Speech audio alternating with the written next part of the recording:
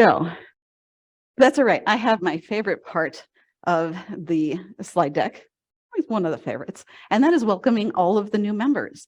We have 22 new members, even though we are a little bit down from last month, but that's okay.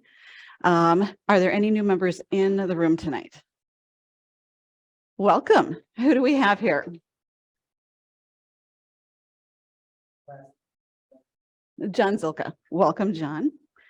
And is there anyone at home that is on? Can you see the chat? Yeah. Yeah, chat, John.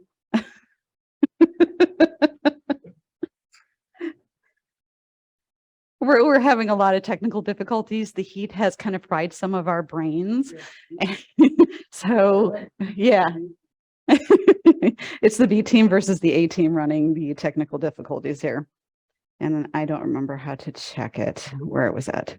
Okay, well, if you are a new member and your name's on the list, or even if you just want to say hi, put a little wave in the chat, or hi in the chat, and everybody else say hi back to you. So, and also I do have this camera running, which is facing this part of the room. So if you all want to wave to everybody, they will see you. Perfect. And we do have 686 members, and yeah, it's actually really good. So I'm pleased. Yeah, come to a star party. Come here. There we go.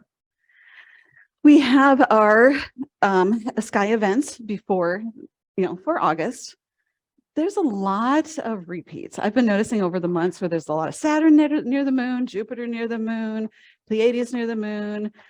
But the only thing that has changed from last month from the Delta Aquarius is that we now have the Perseid meteor shower. So I'm hoping that a few of you have photos that you submitted to the astrophotography thing with some meteor shower photos. Maybe, I don't know. It's a thing. Come on, I want to see this. So yeah, we have a couple of last quarter moons in here too. So that's kind of crazy, but it's what happens. And then on September 7th, oh my gosh, September was hard to write for this. The year is going way too fast. But we do have the monthly meeting back on September 7th. So please come and join us in person if you can. Hopefully it'll be a little bit cooler so you can get out and about. Otherwise, online as always. We're not going to stop that anytime soon. We learned. And now we have the Loner Scope program, which I know Antone is not on tonight or in the house. So John gets to come up here and give us a shout out about the Loner Scope program. Hello. I'm talking about the Loner Scope program for Antone. Just I know we have some new members here. We have a Loner Scope program that you should take advantage of. We have 18 telescopes that you can check out. Here's our newest edition right here.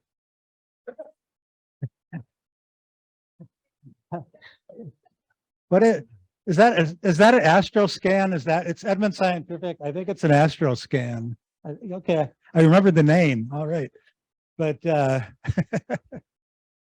but no, we have. Oh, well, it was sitting up here. It's all red like your shirt, but not all of us wear clothes to match our equipment. But it was pure accident. Oh. No, I never. That's it. But like I said, we have 18 telescopes ranging from just very small, compact, portable. Most popular are 8-inch Dobsonian telescope. Very easy point and learn the night sky. And our second most popular is the 8-inch Celestron. And those are typically the go-to scopes. So, and we have solar scopes. So if you want to work on a solar project or just go out and look at the sun, we have one dedicated solar scope that you can use for that as well. And do you have the video slide? We also have video presentations available, and these are very good, very interesting courses. I'm speaking from other people because I actually haven't checked one out. I probably should, but very, very interesting courses on astronomy. and those are available for checkout. All these are available right on the main website. Go to the Loaner Scope program, go in there and you'll see, and you can sign up for whatever scope you want. And it's a 30-day checkout, so pretty much every month. And then you have it for 30 days, return it so the next person can have it available to them. Are there any questions on the program? If not, you can come up and ask us a little bit later. Right. I used to run the program, so I kind of know some ins and outs of it. So. Yes, Steve. When the last time I went there were so many scopes in there. It should be all checked out right now. There are like 4 or 5 jobs in there. I think it might be your imagination. It could have been the timing. I know Anton, the last month, he said he only had 2 that weren't checked out. So it might have been when you, depending on when you hit it, and he has a number in transit. So, and we just got another one added. You might have saw that because that one was waiting for, we had a donation of an 8-inch Dob and we integrated it into the program. And so then Anton had to buy materials to go with it because we have star charts and flashlights and everything you need. When you check out one of these loaner scopes, you don't need anything. I mean, it has the star charts, the bags, flashlight, the eyepiece, everything you need to run the scope. How many do we have now?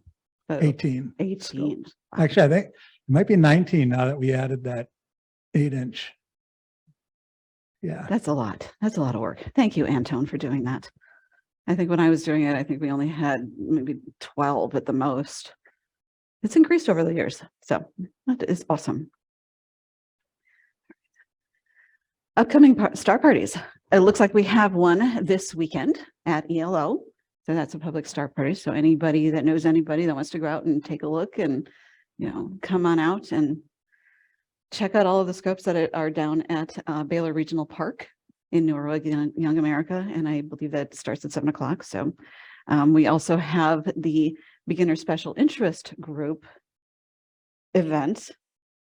No? Why not?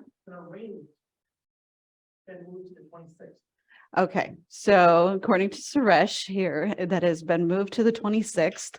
So on your little piece of paper that you're taking notes on, change the 5 to the 26th. And same place, same time, roughly. So, 7 o'clock. Okay. You're just throwing my slides all off. But that's okay. That's all right. If in doubt, check the website. It will have the latest information. So we'll get that updated. Balta's not here. He's out tonight. So yeah. So we'll get that switched. And then ELO is back open on August 19th.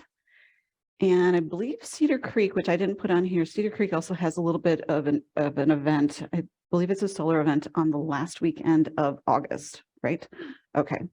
Which I didn't get to put on there because I kind of forgot about it. But also Northern Nights Starfest. Hold on. Two things.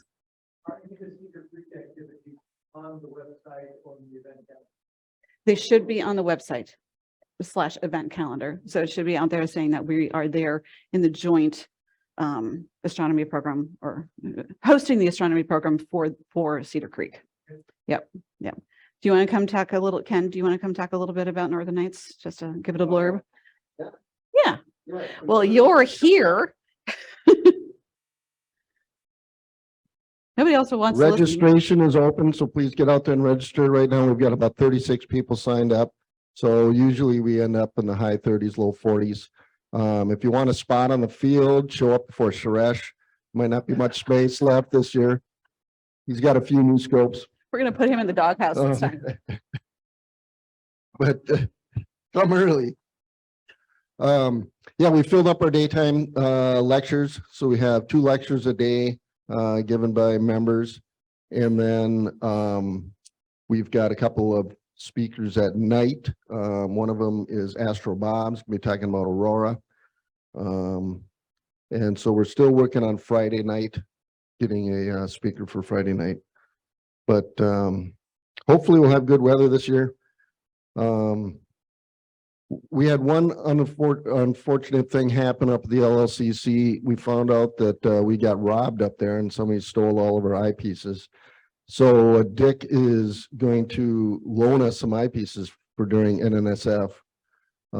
So if you're going to look through the big scopes, and you have a, favorite eyepiece, you might want to use that and bring it with you over to the big scope. But we'll be looking at getting all those replaced. But we tried to buy a 30 Nagler and nobody had them in stock anywhere. We luckily got one off Cloudy Nights, but so we'll be replacing that stuff. So right, pictures. Oh yeah, we're gonna have a slideshow up there where we show everybody's pictures, and it'll be pictures of the sky and stuff. So if you want to send me an email with any of your pictures and stuff, kind of like what we're doing here tonight, we'll have that running in the background up there. So. Do they Request have for to be pictures. of LLCC or? just No, general? it can be of the night sky, anything Okay. you've done. Yeah. Yeah, yeah, good details is, always what camera, length of exposure, all that sort of stuff. Or cell phone. Or cell phone, whatever you used. All right, wonderful. Any other questions about Northern Night Starfest? Is there any online for Ken? The list this year is going to be planetary nebulas. So Greg has put together that. And it's Wednesday afternoon. Check-in is at 3, Yep, correct? Wednesday To check-in. Sunday. You can get there anytime you want, really. Okay. But yeah, Wednesday afternoon check-in, and it goes all the way through Sunday this year. Okay, all right, Yep. So there's food Monday morning and food Sunday night. okay, perfect. And just come for the midnight snacks. It's okay. Yep. All right. Thank you, Ken. Appreciate that.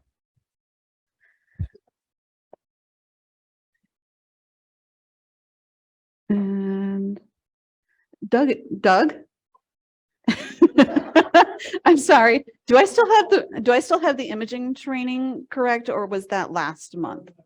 Okay, so my auto change for July to August changed everything instead of just the one slide deck I was on in September. Okay, so ignore the CGO imaging training. That was a whoops.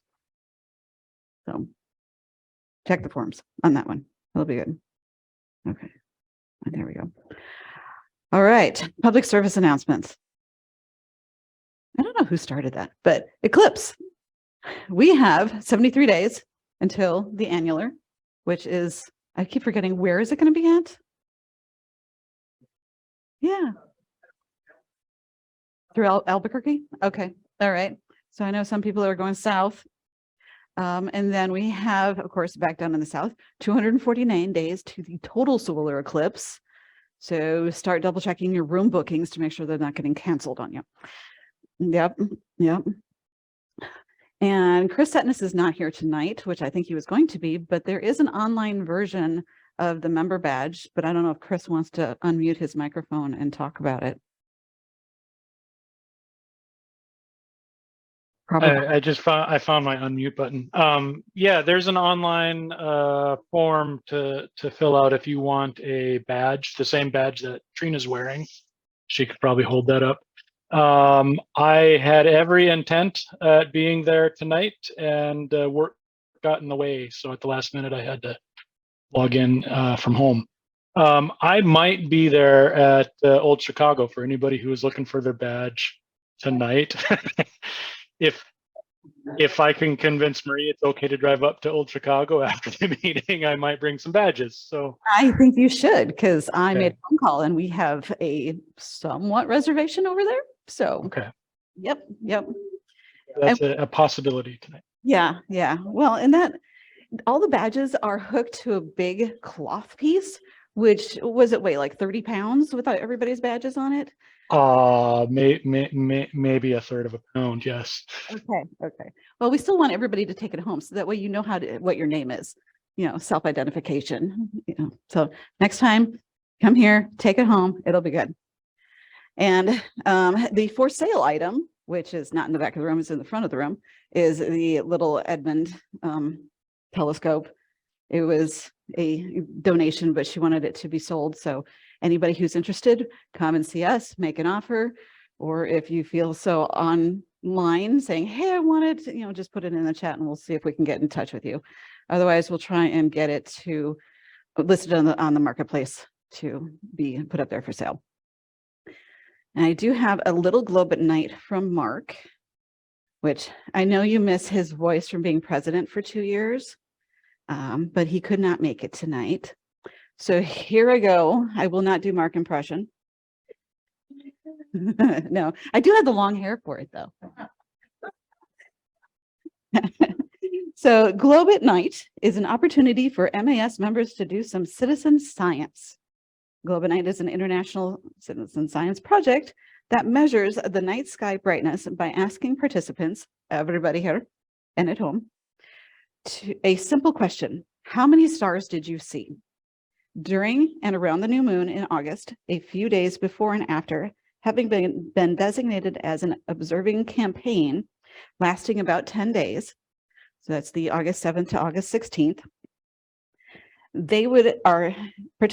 participants are asked to submit observations from their location, regardless of the location in the city or in the suburbs or the country, using the app on the Globe at Night website, globeatnight.org, which is also on the slide.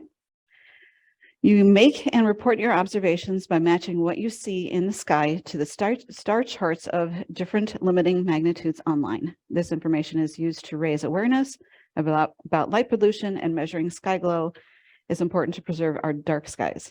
Next time you're out, use a phone or a laptop to report how starry your skies. Okay. Those members with sky quality meters, there is a place for you to report the reading from your meter as well. The Starry Skies North Science Committee, thank you in advance. That is a mouthful. Second slide.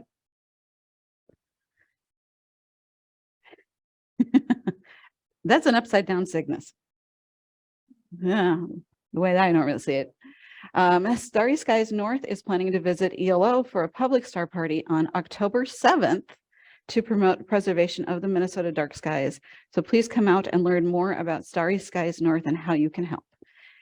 Thank you for your time. On behalf of Mark, thank you for your time. And then either let me or you can send it to Mark if there's any questions. So there you go. Yes, Bernie. I wanted to make a comment about the annular eclipse. Okay. Yes, it does go through Albuquerque. Albuquerque at the same time is running their balloon festival, and any hotel within miles of that city is already booked solid. So if anybody's going down there for that, don't go to Albuquerque. That is very good to know. Thank you very much. I have not been to that balloon fest, but I have heard that it is beautiful. So, all right. Thank you. Thank you. I will make a special note of that in my presentation for next time. So, all right. Astronomical League Awards. Jerry is not here tonight. I know. And unfortunately, we don't have any. So I'm not sure what y'all been doing for the last few months, but it's getting... What was that? Smoke. All right, fine.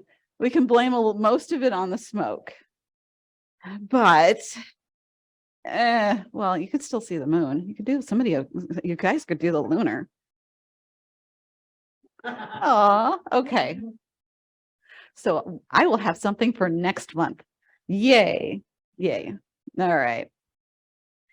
And for those that do not know what the Astronomical League Awards are, for new people who are in-house and or may be viewing this later on, the Astronomical League is our parent company. $5 of all your dues are paid to become an instant member of it. So what you can do is go out to the Astro League, and if you're not sure what to view for the night, you have a list that you can go through, and it's from you have beginner, you can advanced, and beginner, intermediate, advanced, or you can just pick and choose whatever you wish, what your interest is. I think there's over 80 different programs that you can choose from.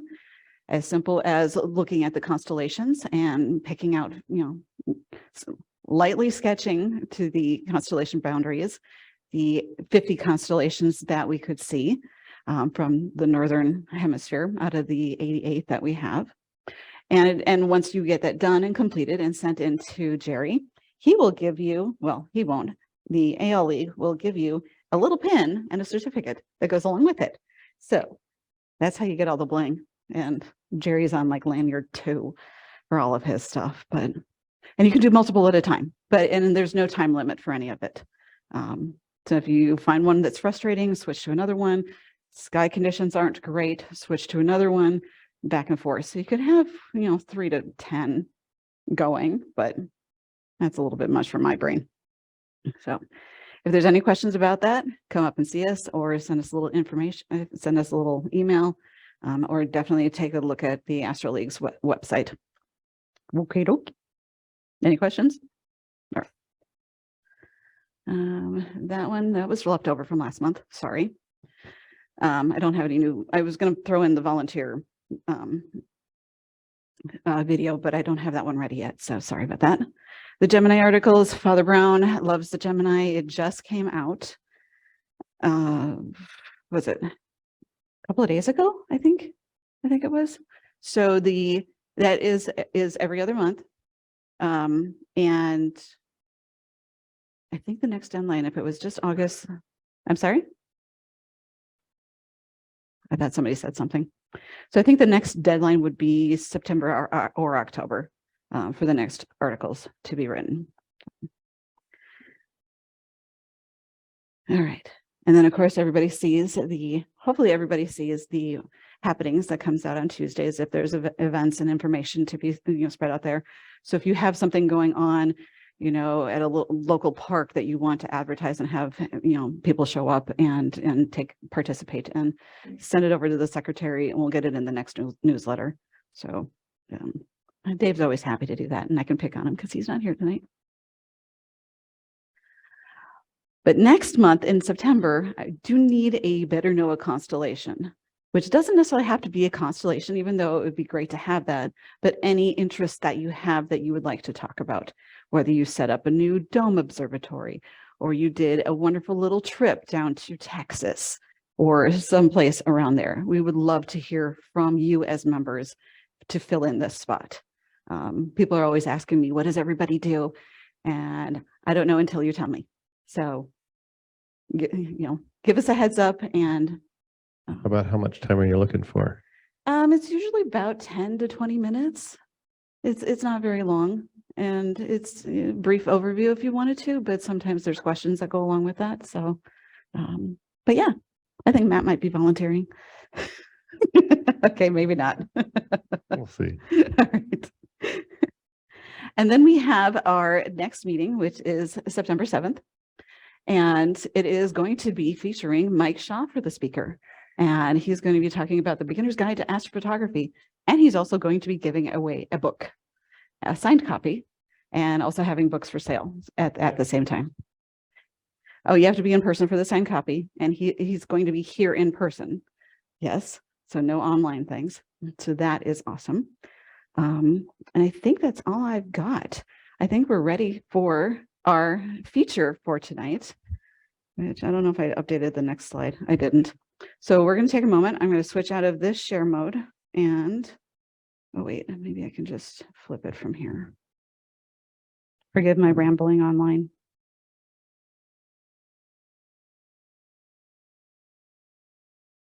Slideshow from beginning. Aha. Right. Do you want to wear this? Okay. We're going to tag team this. So this is everybody's submissions. And I think we have like 33 or 34 pictures. And for those that are online, I don't know what, is it alphabetical or have you? So yeah, we'll be going through the pictures. I sorted them alphabetically by last name. Okay. And pretty much we usually used to get about 20 pictures. This year we got 34. So thanks everybody who sent me their pictures. This is our 4th year doing it. And we're actually going to be doing it a little bit different this time. So pretty much, sorry, Trina, if I'm moving too fast. Nope, it's okay. We're going to just ask you to talk about them a little bit. So if you're online, unmute when it gets to yours and talk about them. If it's in-house, I'm going to be coming around and you get to talk through this. Yep.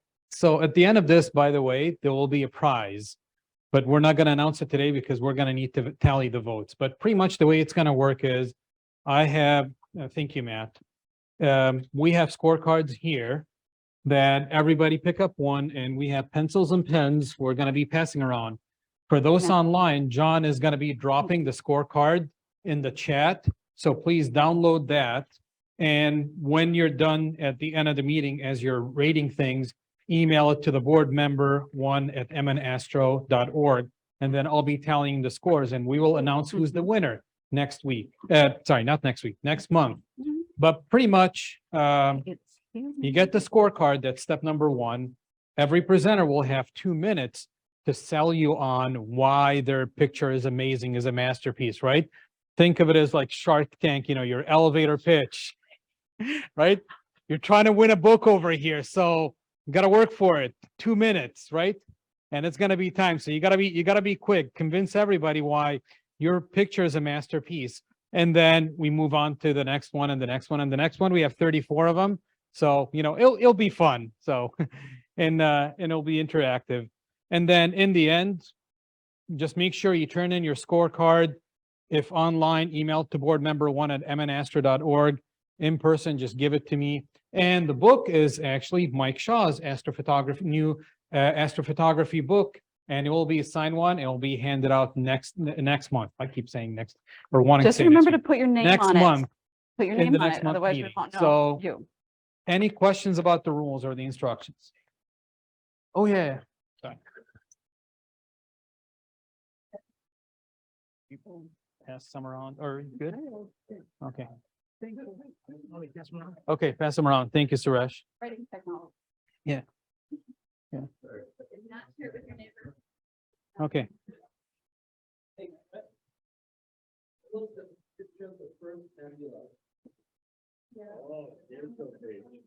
Oh, the intro page.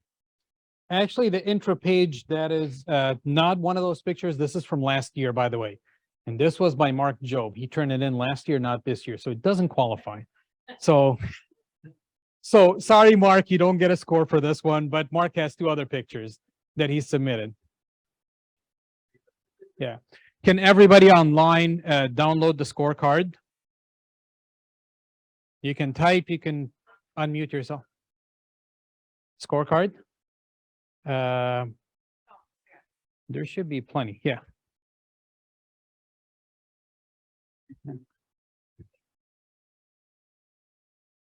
So, and here's the thing, as you're looking at those pictures, don't look only at a pretty picture and say, oh, this is a 5 or something. Think of how hard it is. Think of the technique. Think of what's happening. It's not an apples to apples comparison. Don't think about the other pictures.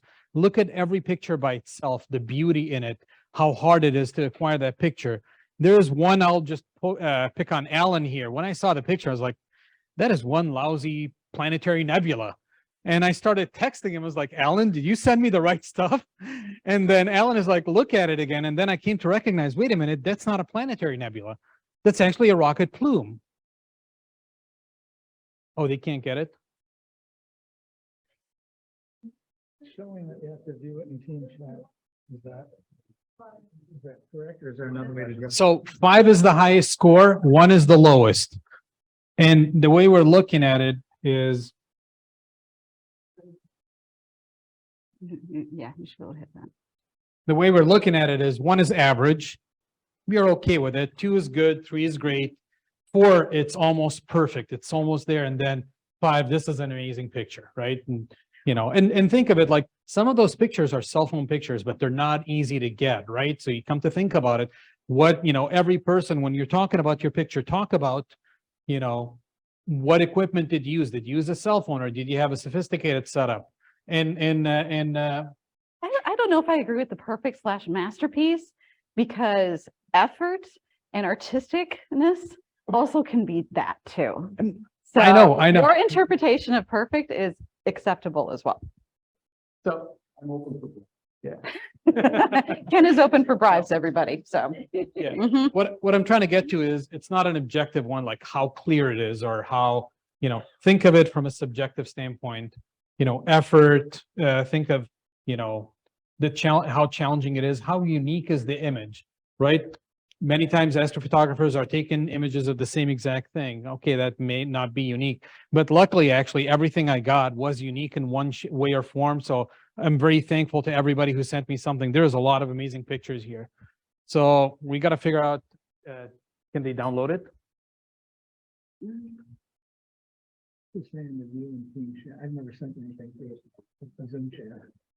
So if they open it, so they need to click on it and then download, I guess. View and team. I'm gonna click view team chat. Yeah.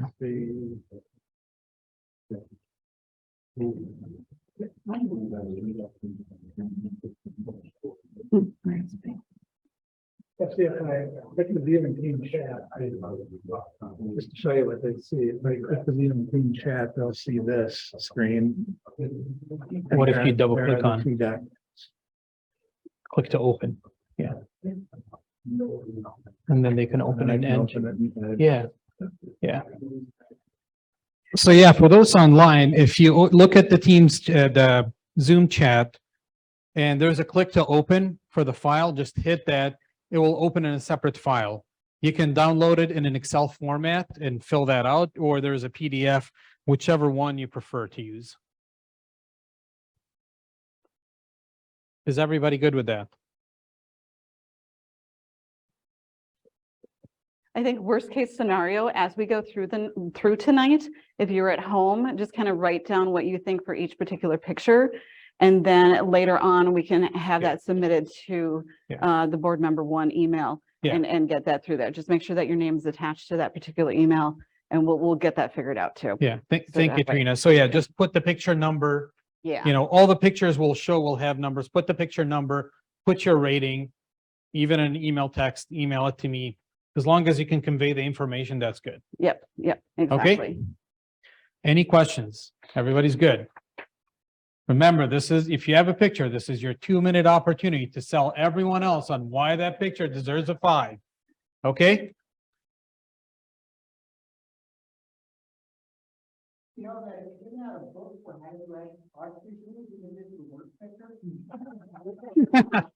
That's a good one, Don. Okay. That's a very good one. Okay, that could be something. I don't know how many books Mike has given to us. That might be, for the, maybe not, oh, good God. Okay, maybe for the best, we'll figure out something, and for the worst, we'll do that you need help. Yeah, the white elephant gift. No, I like the idea, Don. We'll do it.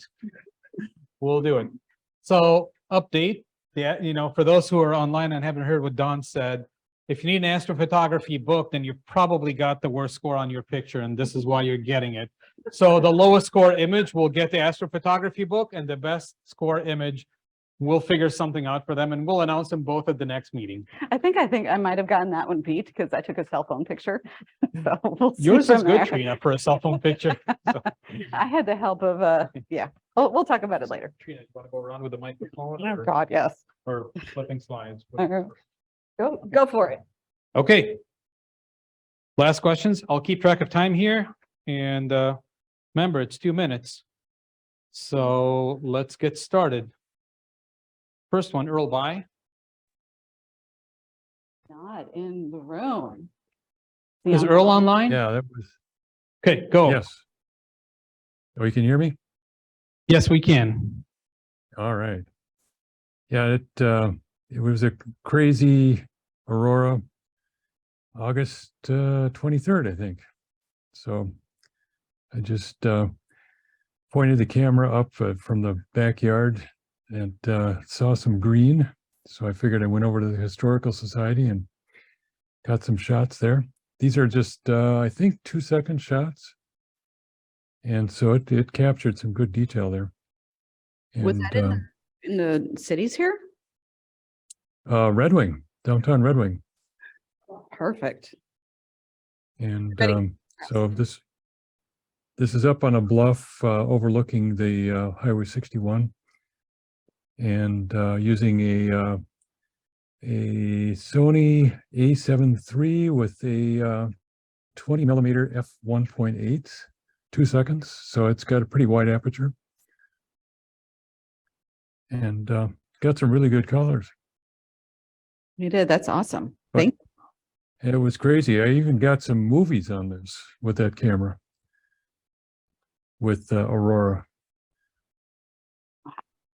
So it was amazing. The sky was just like on fire. Conrad has a question. Yeah. Earl, wasn't that actually done back on April 23rd? No, sorry. Did I say April 23rd? You said. Yes, April 23rd. Everybody's getting great pictures. Okay. Yep. Thanks. You good, Earl? But it was really great to get it in the from the city to see, be able to see that. Yeah.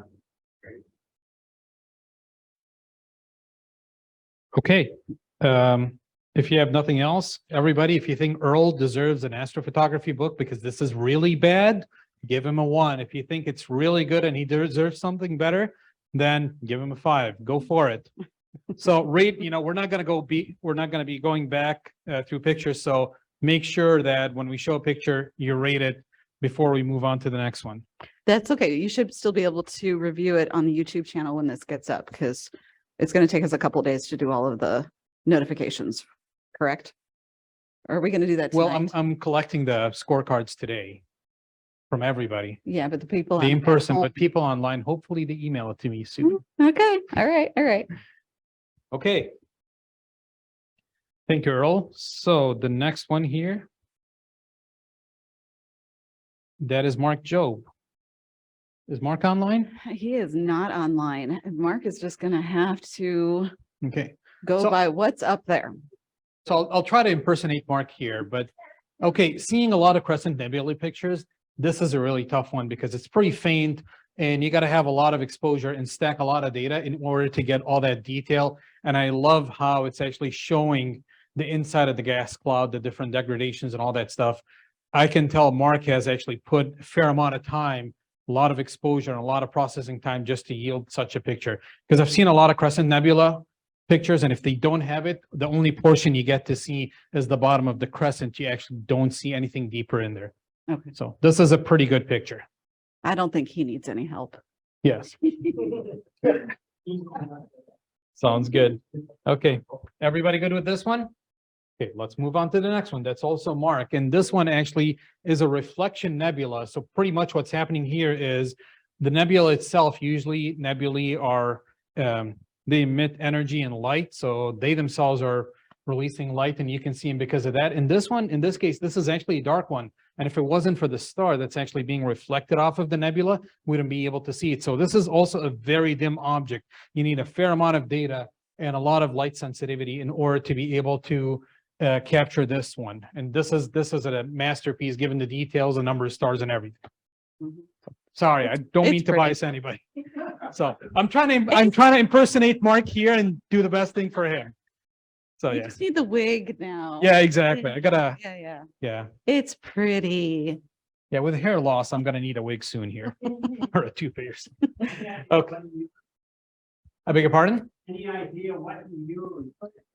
I didn't list the equipment. I know he took that one from his house west of the metro area. I think it's probably his plane wave. His plane wave. Probably, yeah, Okay. his plane wave, yeah. His. Or maybe it's Stellar. Okay. Apparently Mark's problem is he has too many scopes. That's definitely a refractor and not a plane wave because there's no diffraction space. Okay. All right. Thank you, Chris. Okay. Well, let's move on to the next one. Trina? This is me. This is taken with my Samsung Galaxy S21 phone with a helper tool at the eyepiece with Doug Neverman's 10-inch Dob, brand new. I think it was like the second or third night out. And he was setting up his astrophotography equipment. And so I was sitting there focusing on the bright moon. I have a couple because this is where there's a lot of smoke haze. So that's why it's more orange than white. And I just thought it was really kind of cool because it did come up with a lot of orange smoke coming through the atmosphere. So that's mine. I probably need help. Please vote for me. Oh, wait. The very lowest one, number one for that one. Maybe two. I'll take two. And So- this is just an add-on to it as well. So that was our view. Yeah. So that's without the telescope. That's just my cell phone looking over the CGO's observatory toward the southeast. There you go. Okay, Your turn. if you like Trina as a president, give her a 5. If you don't, give her a 1. Fair enough? Fair enough. Fair enough. If you think she needs a book, give her a 1. Okay. Let's move on to the next one. Bill? Is Bill online? Bill would normally be online. I don't. Bill, are you online?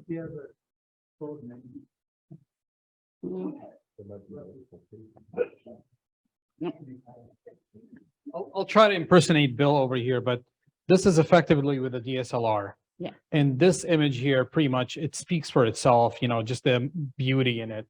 The amount, the level of detail he was able to capture in that view of the Milky Way. It was probably from his house. He has some great dark skies up by McGregor. Okay, fine. Say that again, Suraj. Hold on. I think Crater you're right. I Lake, think that was from Oregon. Oregon.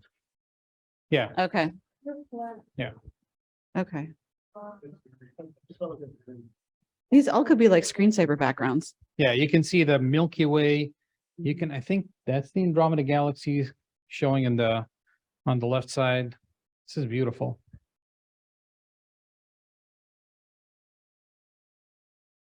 Okay, we're good. Mhm.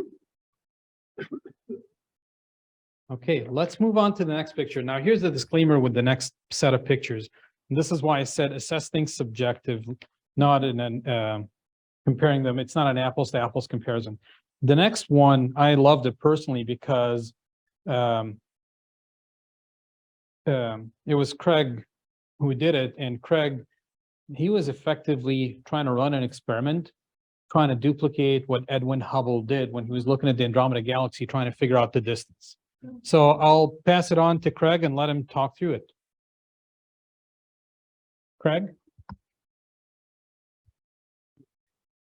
I got it. Sorry.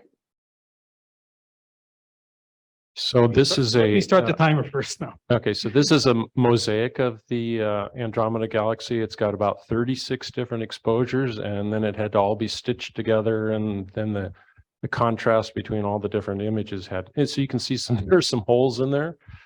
And so this was the first part of my project, and I don't know, did you also, so, okay, the second one was to highlight the V1 or the Cepheid variable in Andromeda that Hubble saw. And there was an article in the Astronomy magazine, and I saw that's really a cool thing to do. Look, this guy tried to do it. And in my naivety, I decided I would try to do it as well.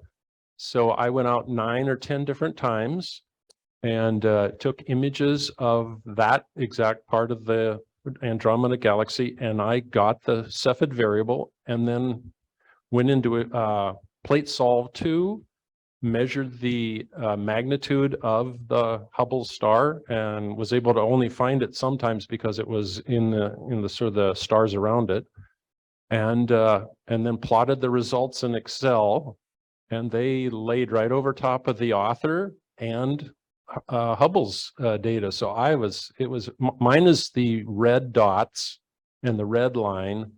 The author in the Astronomy magazine is on the left-hand side of the image where he shows his plot, and then Erwin Hubble's penciled on graph paper. It was really cool. So then if you lay them all on top of each other and do a little bit of shifting in the magnitude to account for that you were off a little bit, it showed the periodicity of the Cepheid variable. I thought it was really cool. So, How long did it take you? so you see there's two cycles, so that would be 58 days of but you know, this is Minnesota, so we don't have Yeah. clear skies every night. So you see my red dots there. So Awesome. Thank you, Craig. Wow. I'll just give you a And certificate that later. was just, yeah, number 7.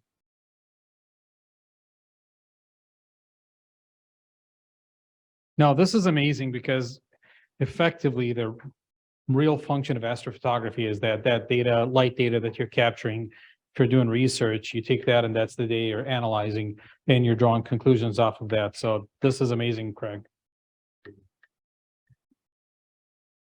Okay, Doug. Okay, let me start the timer. Go. Suresh is saying, oh no, they let him have a microphone. This is Deneb is the big star that's there, and then the Pelican Nebula and the North America Nebula beside it. North American Nebula is upside down, but I guess it depends upon how you're looking at it. If you're in Canada, that's what it looks like. The Deneb itself is the 19th brightest star in the night sky and has an average magnitude of around 1.25. It spent its early life as an O-type main sequence star, and it has now exhausted all of its nitrogen and has grown. The core has expanded to become a supergiant. The luminosity is somewhere between 55,000 and 196,000 times the sun, that of the sun. And the adopted distance from Earth is around 2,600, though the method they've used to derive the distance has a lot of error in it. Diameter is more than 200 times that of our sun, and at least 19 times more massive than our sun. If it were placed at the center of the solar system, it would extend out past Earth's orbit. It's losing much of its mass due to strong stellar winds, losing the mass of around 100,000 times the sun rate of mass loss, or equivalent to almost 1 Earth mass per 500 years. If Deneb were to would be the place where Vega is, then in the night sky, it would be bright enough to be casting shadows here on Earth. Okay, we're out of But time. I got more. No? I got more. So, okay. Well, for this picture, 2 minutes, and then there's your other 2 pictures. have to keep that. So for this one here, picture number 8, everybody's good? Okay, Sorry. let's go to picture number 9, which is also Doug. So this is Seder. There's a white dot down in the down past Seder that I haven't figured out what it is. I think that's a problem somewhere in my system that I have resolved.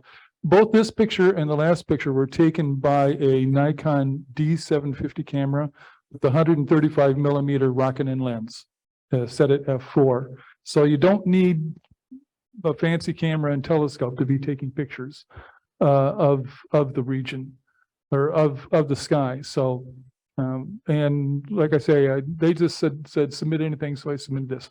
One other thing is I already have the book, so I don't need the book. So don't give me the lowest score. Let the book go to somebody else. Yeah, so give me a 3 or something in the middle. I just don't need any prices out of this. So your camera is not attached to the telescope, or was this attached to the telescope too? The camera is attached to the lens. It's a Rokinon 135 lens that you can buy from B&H. You know, it's Cool. and this is not a single shot. This is 35 minutes of integrated data. The other one was a couple hours of integrated data. All right, is my 2 minutes Okay. up now? You get 40 seconds for this one. I get 40 seconds for the next one? You can keep on going. That's all right. Let's go on Okay. to the next one. Okay. And everybody's good with 9. Let's go to number 10. So this is NGC 6357. And it's also called the Lobster Nebula and the War and Peace Nebula. The Lobster I can figure out. The War and Peace I couldn't figure out until I did some reading on it. And apparently, if you look at the hydrogen, then it looks like there's a dove on one side and a skull on the other one. So somebody had given it the name War and Peace. Now, this is the hydrogen color is red, but this is a narrowband picture. So I take individual pictures for sulfur, for hydrogen, and for oxygen, and we can map those any way we want in our software. So the sulfur and hydrogen are very close to each other in terms of their wavelength. But the sulfur is mapped to red, the hydrogen is mapped to green, and the oxygen is mapped to blue. This was taken, the declination of this object it's in Scorpio, and its declination is minus 34 degrees, 20 minutes. I did not, so it's above the horizon for a very little bit, and I did not go down, but I have taken telescope time on iTelescope, and so the telescope that I used is in Australia, and so I just told them take pictures, and they sent them back to me, and then I process them. That's a really nice one, Doug. Quick question: when you said in the hydrogen, you can see a dove and a skull. Is the skull over here and the dove over here? Well, I looked at the hydrogen because I took hydrogen and Yeah. I couldn't figure it out, but that's my guess. Okay.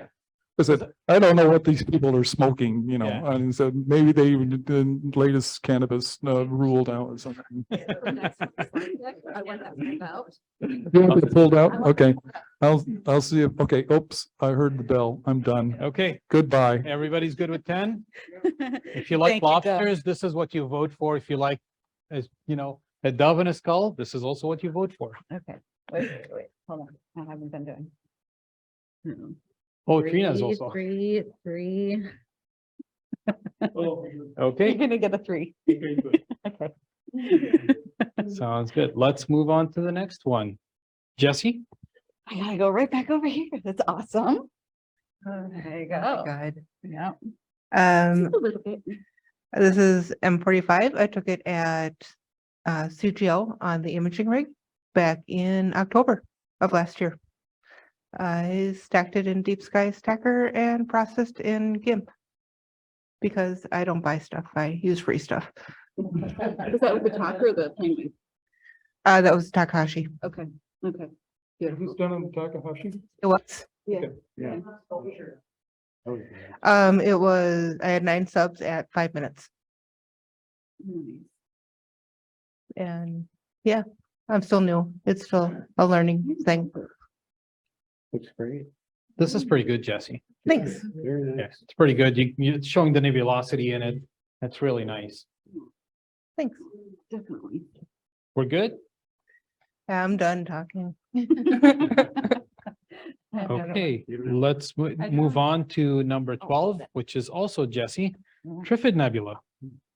That one I did on July 9th at ELO on their imaging rig. What is it? The C14 with Hyperstar. Yes, I learned what that was now. But yeah, that was 138 subs at 10 seconds. Stacked and processed in Cyril and GIMP. And yay, vote for me. Okay, that was terrifying. Try doing this every month. Okay, everybody just put a little star with the number 5 next to all those Yep. pictures. So that star means that Jesse wants the book. Well, I kudos to you, Jesse. Yeah. This is exactly, for using the club equipment and having 2 amazing pictures. This is exactly what this club has to offer. So you don't always have to use equipment. If anything, the more you use the club equipment, the better. That's what it's here for, to be used, not collect dust. So thank you for doing that. Okay, let's move on to the next one. Phil? All right. There you are, sir. All right, thanks. Let's see. All right, so this is Rosette Nebula. This is actually reprocessed. I shot this in February of 2020. It was actually my first foray into monochrome imaging. And then this is a reprocess. I guess the previous time it was just like really simple processing. It was really red and really kind of green and not all that appealing. And so this is just kind of an effort to use some new tools, look at the same data that I've had for a while now, and just kind of personal improvement on it. So it's actually hydrogen alpha and oxygen, nothing else. Let's see, about 4 hours of data from Oklahoma, which is Bortle 1. That helps. And it's actually a really inexpensive telescope. It's an Astrotech 72 millimeter and a monochrome camera that I had just got that Christmas, basically. So yeah, just kind of about improvement and kind of moving on. Oh, and then as trivia, I looked it up, and Oklahoma passed a House bill making the Rosette Nebula as the official state astronomy object. So go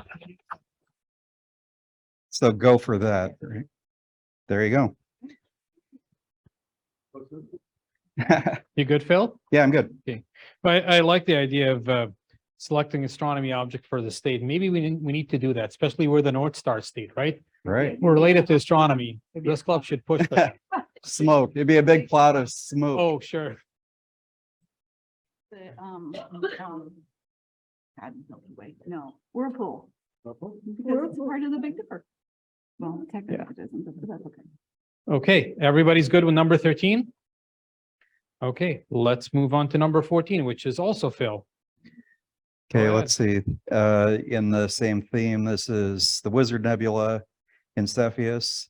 And this is, again, a reprocess. This is data taken at Long Lake, probably during Northern Nights, I would imagine, and Cherry Grove Observatory.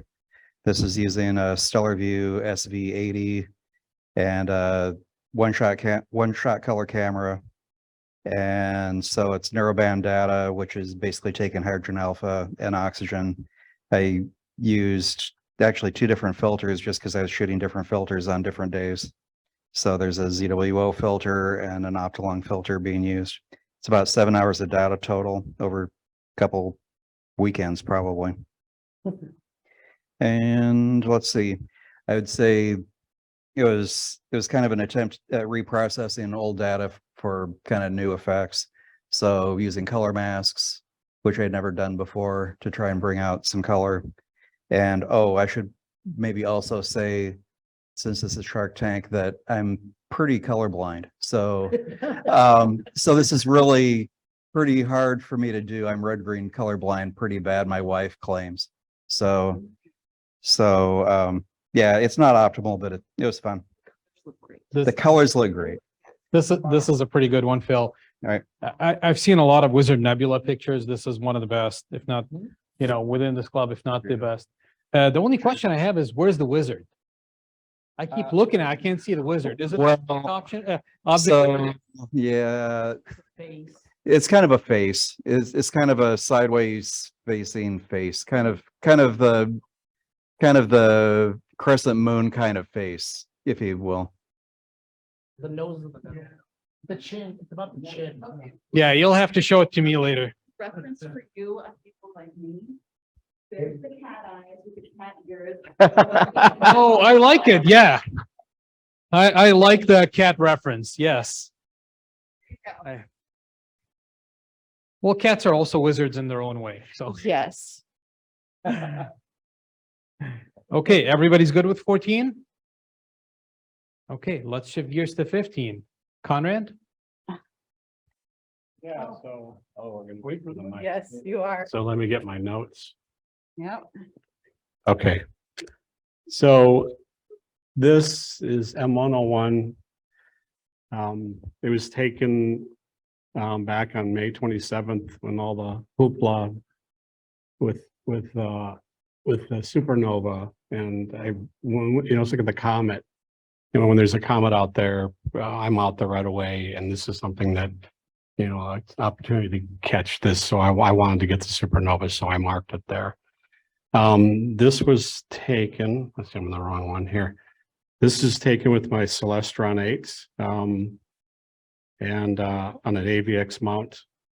I use the Starzona SCT corrector reducer. So I generally do a lot of hyperstar imaging, but when galaxies come around, then I make the switch, which is kind of a bear. I haven't found an easy way of doing it, but going back between hyperstar and back of the scope, it's tricky. Oh, Two scopes, set them both up. yeah. Yep. And the camera I used was a ZW ASI 183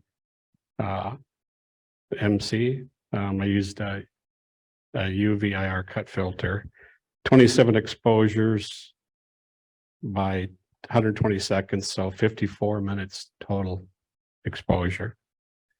And software was Nina, CPWI, PixInsight, and Photoshop. So that's the pinwheel's a tough one because it's not like M51 where it's easy to get the colors out. This one's a hard one to get colors out of, but yeah, PixInsight's an amazing tool where you can do these things. So that's that one. Yeah. Well, thank you. And supernovae are amazing events. We just need one in our galaxy. It would be amazing to see one in our sky, right? Anybody here disagree? We haven't had one in 500s, right? Yeah, so 400 years. So yeah, we're overdue for one. Okay, next one is also Conrad. Want to go ahead? So this is the well-known Eagle Nebula, and I took that down at Cherry Grove, which I hadn't been down there for a long time. I lost a tree in my backyard a couple of years ago, so I've been really spoiled. I rarely get down there anymore, but I need to start going down there more. But yeah, this is with Brandon. If you guys know Brandon Hamill, he had come to town. His daughter's doing an internship, and so he likes to go down to Cherry Grove. So we got together, and he did the visual, and I ran this. So this was taken on July 9th from Cherry Grove. It was the Planewave CDK 12.5. Yep. Software BISC Paramount the mount. The camera used was the ZW ASI 2400 one-shot color, a UV IR cut filter. This is a very low object. I don't even know why I shot it, but it was just at 30 degrees. So I mean, but you know, you do what you can. And I remember Brandon had already pulled the wall down, so it was perfect when I got there. So because this was a low one, you know, so I got it at 30. So this is 18 exposures at 300 seconds. So 90 minutes total integration. Software uses SkyX. And then I processed at home with PixInsight Photoshop.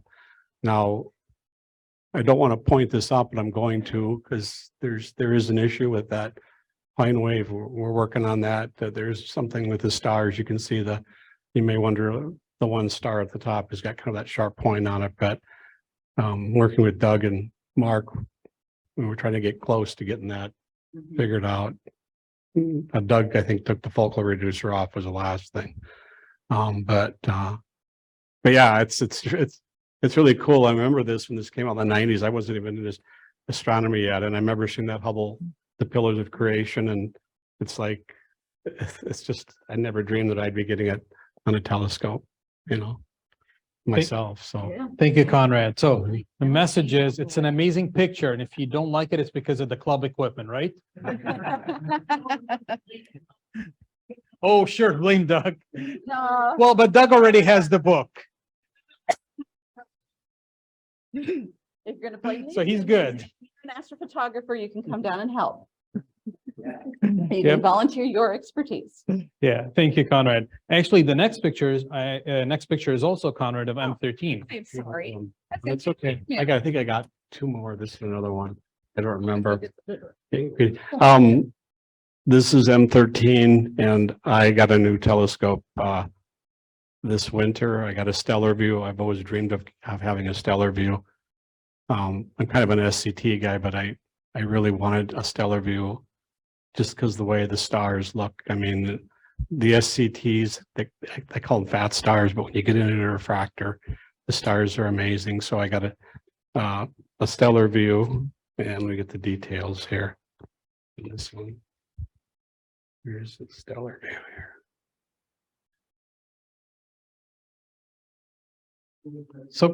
So quick question, Conrad.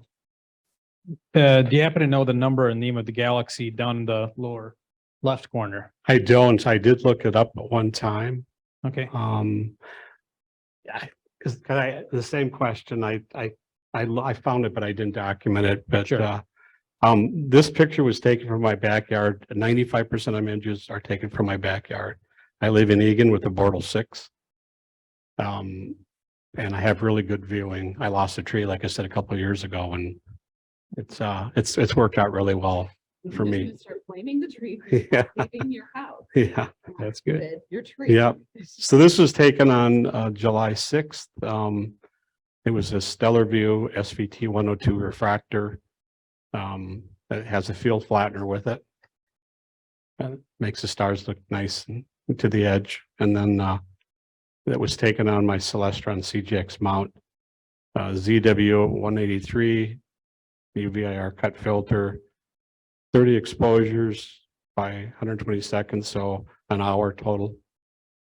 Nina, CPWI, PixInsight, Photoshop, and Topaz Adjust AI. Oh, Go. Okay, Right on time. right on Okay. time. Okay, everybody's good with 17? Okay, one more for Conrad. okay. So this I just finished. I did this last weekend. This was quite a challenge. This is, very, it's what I used on this was my Hyperstar. I calculated that I needed to use the Hyperstar with ASI 2600, which has a huge sensor. So I was able to make a mosaic out of this and 2 panels. I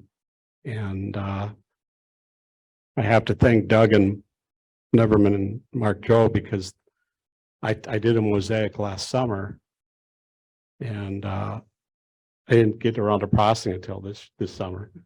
And there was a lot of problems with it. So I learned my lesson, but we had a little session and they gave me some input on Nina. I used Nina to do this mosaic on it. I absolutely love this. This is one of my favorite things in the sky, and to get them together, that was pretty cool. So yeah, I was taken with Celestron C8, CGX mount, Hyperstar.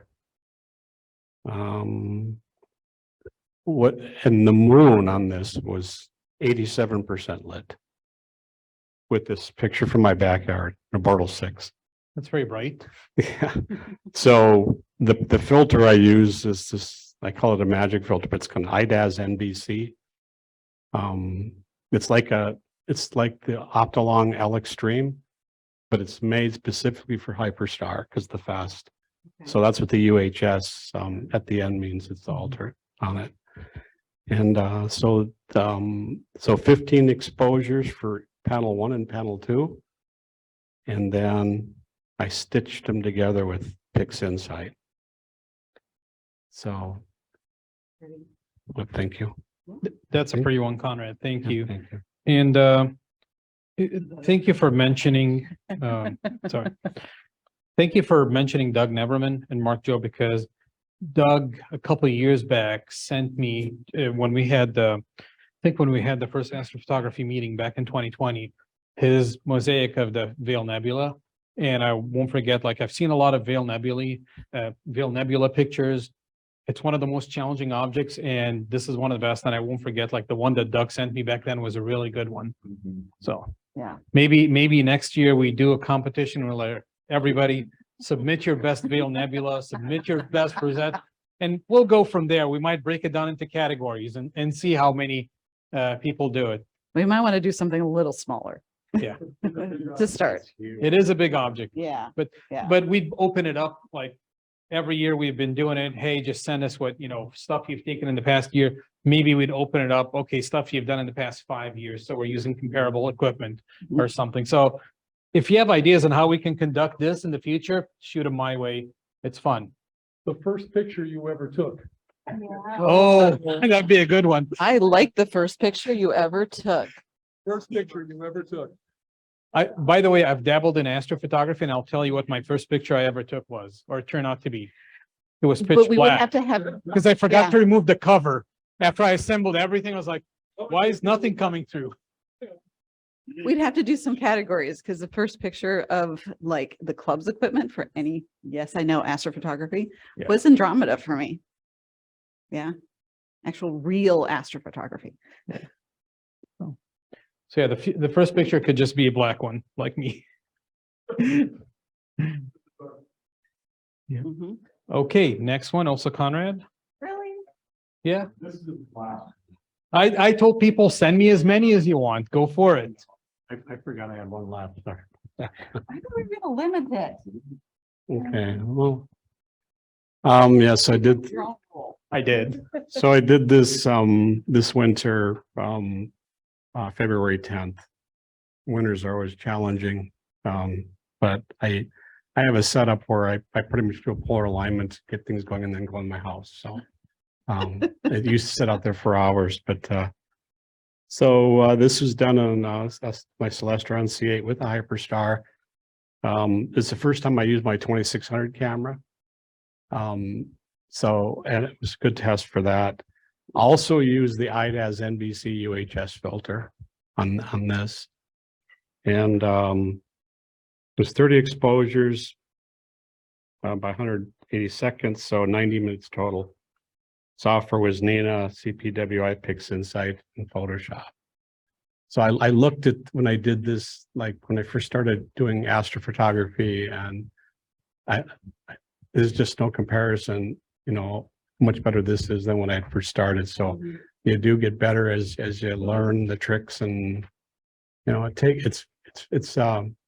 I got to Learning process.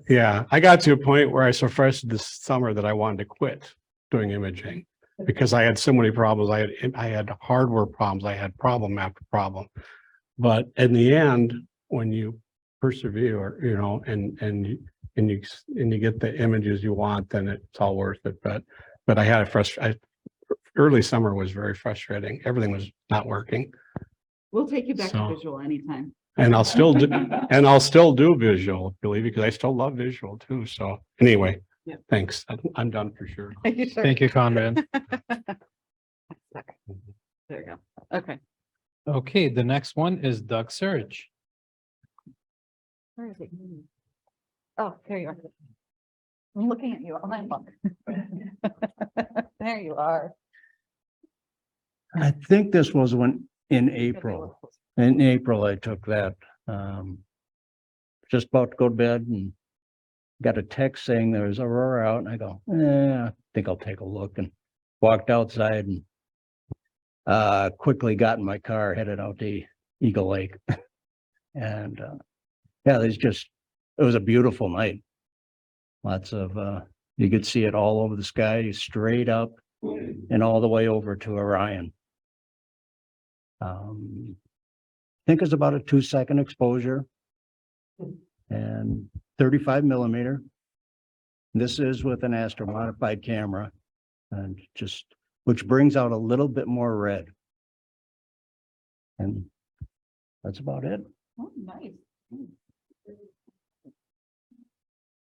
When was it again? I don't know exactly. I think it was April. There was snow on the ground because I remember trudging through the snow up to my waist. That was the April.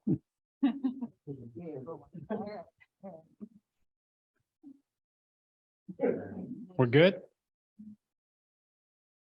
We're good. Okay, let's move on to the next one, which is also Doug. Okay. All right, tell us about. This is the Bubble Nebula, and is taken with the imaging rig at Eagle Lake. I've been working on that. I don't remember the exposures on them exactly. Around 30 seconds with this one. You tend to run about between 5 and 30 seconds on most of the images. And I would say there is probably about 60 images with this that was processed. Did it in PixInsight, and I did my first star removal with that and processing, or star reduction, I mean, not removal. And I thought it turned out pretty good. That was at Bob's suggestion to point at that, because I haven't really looked at that before, but nice object. There's a bubble. Yeah. Yep. Right in the middle, is that what they call Yep, it? Bubble? right in the middle. Wow. And I don't remember the nebula down in the lower right and the cluster that's in the left side. On the lower left, that's the salt and pepper. That's The salt and pepper. salt and pepper. Okay. It is. I love that you.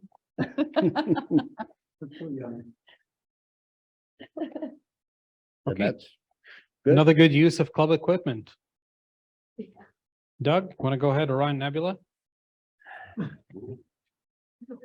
Yep, 42. That's with the same imaging ring. Now it's a 14-inch C14, the Hyperstar, and a ZWO 2600 MC camera. That was 5-second images with that. It's an f1.9. And if I tried to go much more, 20-second images, 10-second images, it would just blow out the center of that nebula. It was so bright. Huh. I think there is about 110 images, if I remember right. Well, 5 seconds, it doesn't take long. And yeah, we're getting a lot of, I thought it turned out very well. I did reduce the stars quite a bit in that one too, to bring out the nebulosity. That was done in PixInsight. That's an amazing picture, Doug. Dang. Okay, one more. And that is 101. We took that with the, because of the supernova. And I thinking it's around 30 seconds exposures. I don't remember how many. And took it mostly because of the supernova, just to get a good idea what it, what it's going to look like over time. So we're going to take more, continue taking images of that. And yes, that is with the Eagle Lake imaging rig.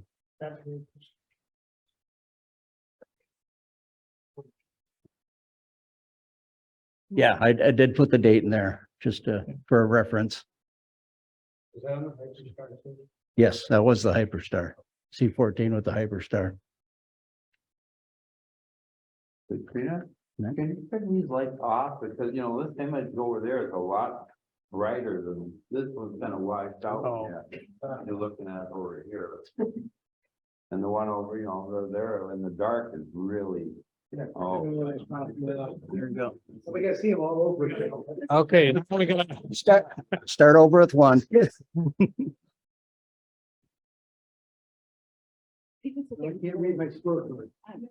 Uh-oh.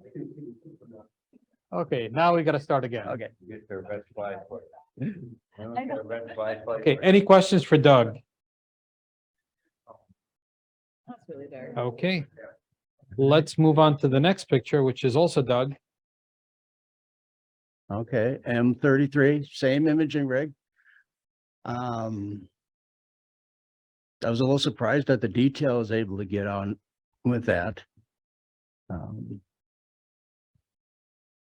I don't recall. I think those are probably around 30 seconds.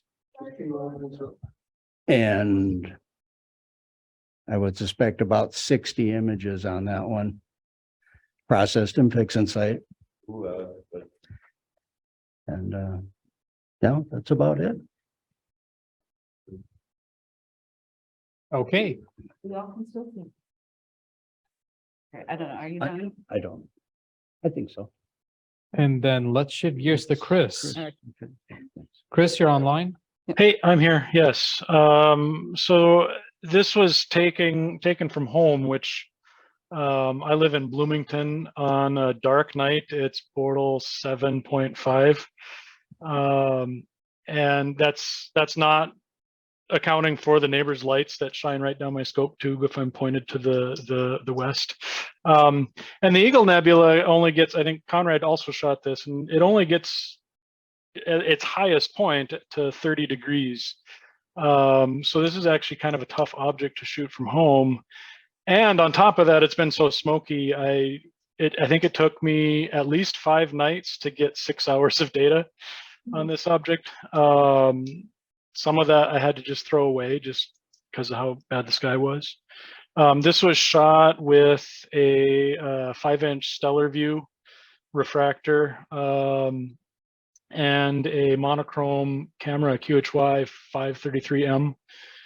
And I'm experimenting with how to blend the monochrome data. So this kind of looks a little washed out on purpose. And that's because with such little time, I needed to rely heavily on the hydrogen data. So the hydrogen data got blended in not just with the sulfur data, but also with the oxygen a little bit. And that was just to tame the noise. And in the end, you kind of get this, I guess, a little bit more muted colors because of it. But it is smoother because of that processing. But so yeah, and I think I included a picture. I don't know if you put it in the slide deck. This is worth showing.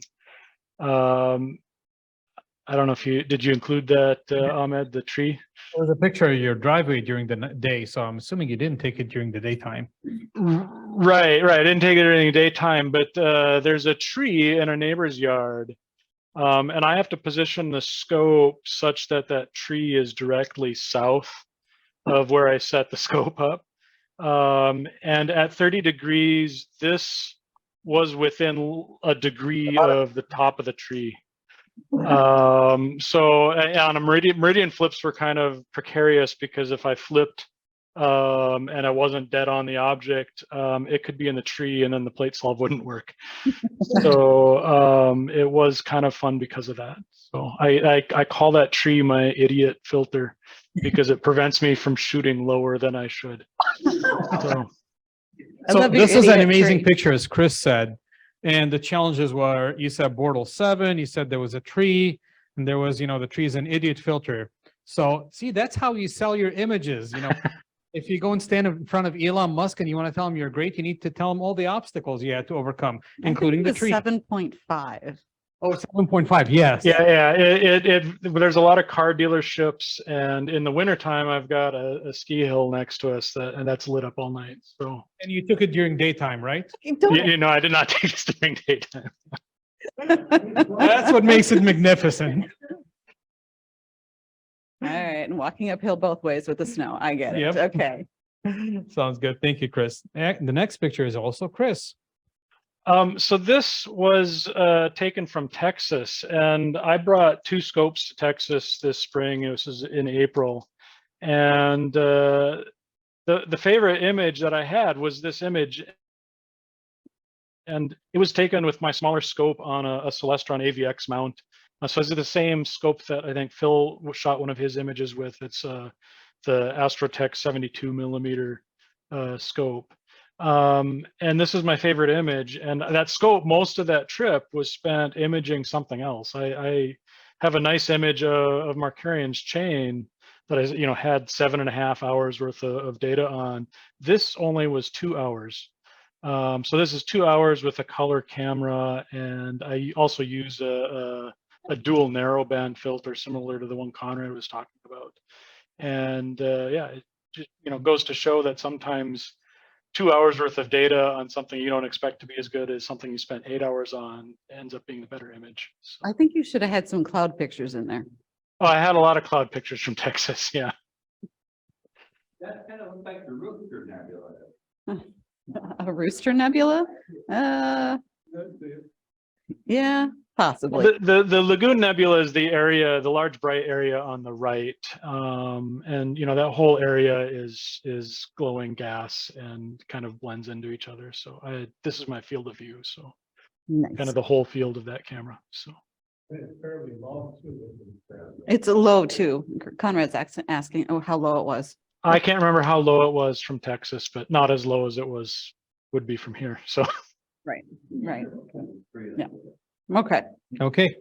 So, but no tree this time, right? no tree this time. Okay, good. He only had to drive to Texas to avoid the tree. Yeah. The sky conditions were much better too. It was like Bortle 2, something like that. Me and the snakes and a few other things. And the Scorpions, yes. Fair enough. So here's the thing. I personally think that this picture deserves a 1. You know why, Chris? Because you have other good pictures that you've mentioned and you didn't send me. That's what happens. Send me more good pictures next time. No, this is pretty good. All right. Yes. All right. Okay. Suresh, you want to go ahead? All right. Mind that timer. I'm on it. Thank you, Trina. I appreciate that. So there's been a couple of M101 shots already. The thing I'll say about this is think about what the supernova represents. That galaxy is 21 million light years away. And I think it was May 19th that this new star showed up. And they think that it had a mass of about 10 times that of the sun. And just one day it showed up. And the nice thing about type 2 supernova, those are when big stars blow up, is that they'll stay bright for longer than other types. So this one should be visible for about 3 or 4 months before it starts to fade away. For me, it came at the worst possible time because when it was discovered, I was just going out of town. And so when I got back, of course, it was cloudy. And so I was going nuts because all these pictures started getting posted on the internet and some of you guys are posting stuff. And I was like, I'm never going to get this thing. And so finally on June 16th, I got it from Metcalf Field, which is Bortle 5, I think. And so I was very happy to get the supernova. You should mention the trees all the way around. Oh, lots of trees at Metcalf. But this was taken with my 10-inch Richie Curtayan at a 5.2. I used a Starzona Apex reducer. Let's see what else. This is 150 minutes, LRGB, and my 2 friends here on the side to me. Remember, that was a really cloudy night. So I was amazed I got anything. But this is the only image I have of the supernova. And so for me, it was a proud moment. Okay. So it's number 1. Maybe I do. Okay, next one, Suresh. Witch's Head. Here's your timer. Thank you. The Witch's Head is the bane of most Northern Hemisphere imagers because it's located in what I call the winter hole for me. It's right next to Rigel in Orion. And this is when this is highest up, and it's never high up from our vantage point. It's not really high, and it's also usually below 0. And so I got this from the trip to Oklahoma we did this last March. And again, this was shot through a lot of clouds. It was a cloudy night. I was amazed I got anything on this one. And this is a, let's see, this one is a reflection nebula. And I recall this is the light from this is, I believe, coming from Rigel. I hope I have that right. And it's about, what was it, about 700 light years away, I believe. So the claim to fame that I have of this one is Bob Berman. If you guys know who he is, Astronomy Magazine. He actually stole my image and used it in an article of his. So yeah, that's my claim to fame. I don't think it's a great image, but I was glad to have something on it, given that it was very low and it was shot through clouds. So that's what I got. When you said Oklahoma, Black Mesa? Yeah, Black Mesa. Okay, Bortle 1. nice. Any questions? Under 2 minutes. Okay. Let's move to, let's move to the next one. Suresh? Thor's helmet. All right. This is also shot from Black Mesa.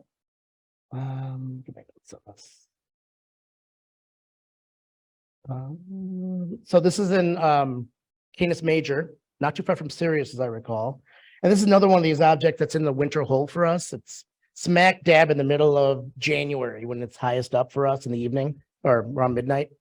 And so it's very hard for us to get it from here. So anytime I go further south, I try to get this, give it high priority. And this is an emission nebula. And it's being powered by some really huge stars that are in the center of that. And it has that iconic, it looks like a helmet. It's one of the few objects that looks like what it is. And this was also shot with my 10-inch Richie Cretan. And this was 345 minutes of LRGB data. So about 2 hours of luminance and then 90, 70, and 60 of the RGB. And again, this is another one of those objects that anytime I'm able to get decent data on it, I get excited because we don't have the opportunity from here very often. Okay. Any questions? Okay, next one. So this is probably the one I'm proudest of the bunch. This is NGC 604. And so this is actually one of my very first visual deep sky objects. Does anybody recognize this object? Anybody? This is inside of M33, the pinwheel galaxy, the Triangulum galaxy. And so Triangulum galaxy was one of the first objects I found when I first started in astronomy back in the mid 80s. So I was in high school. And I remember finding this strangely fuzzy object around near this bright star within this galaxy. And it kind of stuck with me as to what could that possibly be? And it turned out that this is an emission nebula, but not just any emission nebula. So the Orion Nebula, for reference, is about 35 light years across. This one is approximately 1,500 light years across. And it's about 6,000 times the luminosity of the Orion Nebula. So it really is one of the largest emission nebula that we know of. And it's 2.8 million light years away. So that gives you a perspective on what we're looking at here. And again, this is through my 10-inch Richie Cretan. This was shot from LCC last August. And this is 120 minutes of LRGB. So just under an hour of luminance, then 20, 30, and 15 of LRGB. I'm sorry, of RGB. If you guys remember, Northern Nights last year was super cloudy. So I think we only had one clear night. And so this is basically what I focused on that night. So What's the angular size of that object? I actually might have that. Give me a second. You had to ask me that. GC 604 is.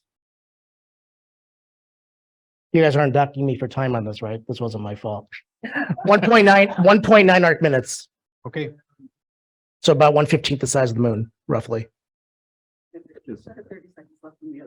Good. Any other Okay. questions on this one? Any questions? We good? So The I Hamburger Galaxy. think it's my last one. This is one of several galaxies that are called the Hamburger Galaxy. Does anybody recognize this one? Yeah, but what's it near, Trina? Come on. Since you've been picking Leo on me. Trio. This is the Leo triplet. This is one of the Leo triplet. And so the reason I focused on this is not so much for the image, but do you guys see the lower right of it, that little tail? That is called a tidal tail, and that stretches 300,000 light years. And what that tidal tail is, what caused it was the interactions from the other two galaxies that are just out of the screen to the upper left here. And so one of the cool things I've discovered in the last year or so of imaging is, we've seen a lot of pictures with big scopes and expensive scopes. This was taken with my 61 millimeter Raptor. So it's a small scope. You can still get pretty good resolution. So this galaxy, you could see the central bar going across it, right? This is a edge-on spiral galaxy. It's about the same size of our own Milky Way. But again, it has that tail out there that I was lucky to get, and I probably might not have gotten if I'd used a bigger scope with a tighter field of view. But with a small scope, you get a big field of view, and I don't mess around with mosaics or things like that, because with the big field of view, you can just capture everything. And so that's what this is. How many images? Oh, time on this? Just a second. This one is 220 minutes of one shot color. So no mono on this. This is one shot color. Any questions on this one? I think that's it. That it? Okay. Okay, Thank you. thank you, Suresh. Amazing pictures. Next one, Alan. This is the one where I thought, oh, wow, this is such a bad planetary nebula picture. Yeah. When I saw it. And it really is a I bad started planetary texting nebula. Alan. It's like, what did you send me? Did you send me the right stuff? Go ahead, Alan. So this was a image I took on November 5th of 2020, actually. And I was out doing visual astronomy at Blue Mounds State Park. And I was looking in my other telescope, looking at stuff, and I took a break from the eyepiece and looked up and I said, what the heck is that? And so this image I processed with some PixInsight to reduce the stars and enhance the nebula. And I had no clue what it was. It was huge. You can see Cygnus there to the upper right, Lyra to the very far upper right, Delphinus in the oval near the lower right, Sagitta, part of Pegasus there. So this thing is monstrously big. I had no clue what it was until like the next day, I figured out that it was a SpaceX launch that had occurred putting a GPS satellite up. And this was about 6 hours or so after the launch. And they were boosting it from low Earth orbit to its GPS middle Earth orbit. And this was the plume from low Earth orbit going up to mid Earth orbit that I just happened to see from southwestern Minnesota. A transient event that I thought people might be interested in seeing, this incredible transient event. There's a little haze of the Milky Way you can see there. Well, I looked at it and said, oh, what is this? So I ran over to my tent and grabbed my Sony A77 M2 camera with a 17 to 50 millimeter Tamron lens, set the lens at 25 millimeter on the tripod and ran a 10-second exposure. And that's what this is. And I took a series of them, and this is one of the ones where it was actually in the field of view because it was hard to look at the finder to get it in the field of view, looking almost directly overhead. What did you use to put the blue lines on? I just used, once I did the processing PixInsight, I then used iPhone Edit to put the blue dashed lines on.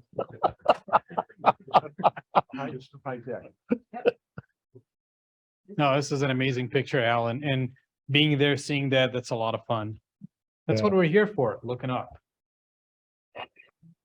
Okay, next picture here is, I got it. There we go. and is it John or Johnny? Because in your email, you said Johnny. John, whichever one you remember is fine. Fair Here's- enough. Okay, well, first thing, welcome to the club, and I'm glad you Yeah. sent me something. So Yeah. go our ahead. newest member, here we go. So you can tell I have a lot to learn because I put the tree smack dab in the middle of it. I like this. It gives perspective. But these were taken in the Boundary Waters on the second trip I've ever been there. So that kind of island in the center is the island we got hailed on a few days earlier. This is just a old Canon 5D Mark II with the 24 millimeter lens, probably 15-second single exposure edited in Lightroom.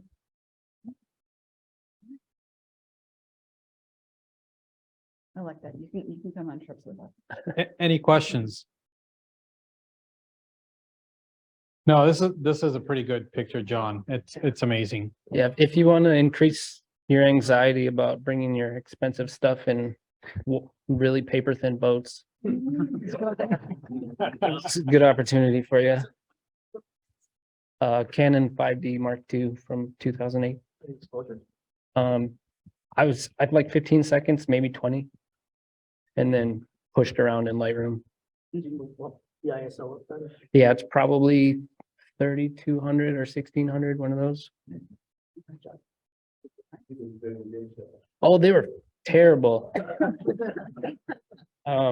Have you been to ELO yet? I have a video, like we needed the face mask netting. It was horrible, but it's a good spot.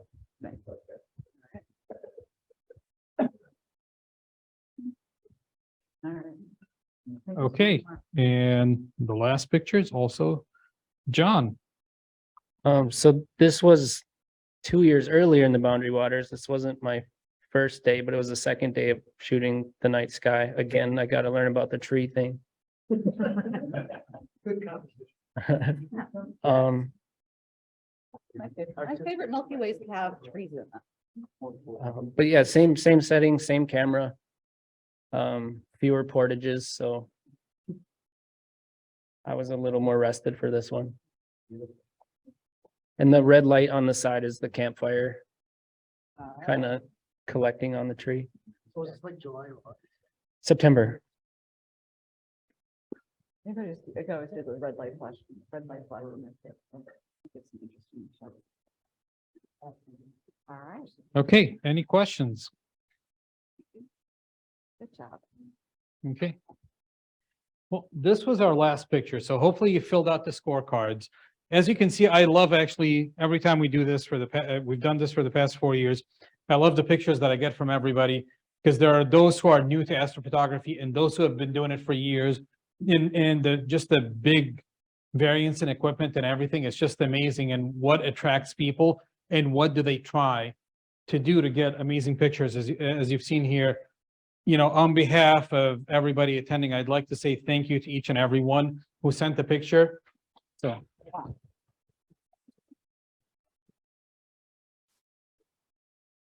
And don't forget, give me your scorecard, or you can just put it on the table here. And for those online, email to board member1@mnastro.org, and I'll tally the counts. And as we said, whoever gets the lowest score gets the astrophotography book. Whoever gets the highest score, maybe we should give them the Edmonton telescope and tell them, now here's a challenge. Try imaging through this. Let's talk about that, Trina, right? Let's Yeah, not sell yeah. it. We can talk about that. So, Um, no, we'll think of what the prize is for that person. No. And thank you so much, Trina. All right. I think that's it. Just come to our next meeting on September 7th. And we do have the Old Chicago afterwards, which should have some tables for us. Oh, sorry. There we go. Otherwise, have a good night, everybody.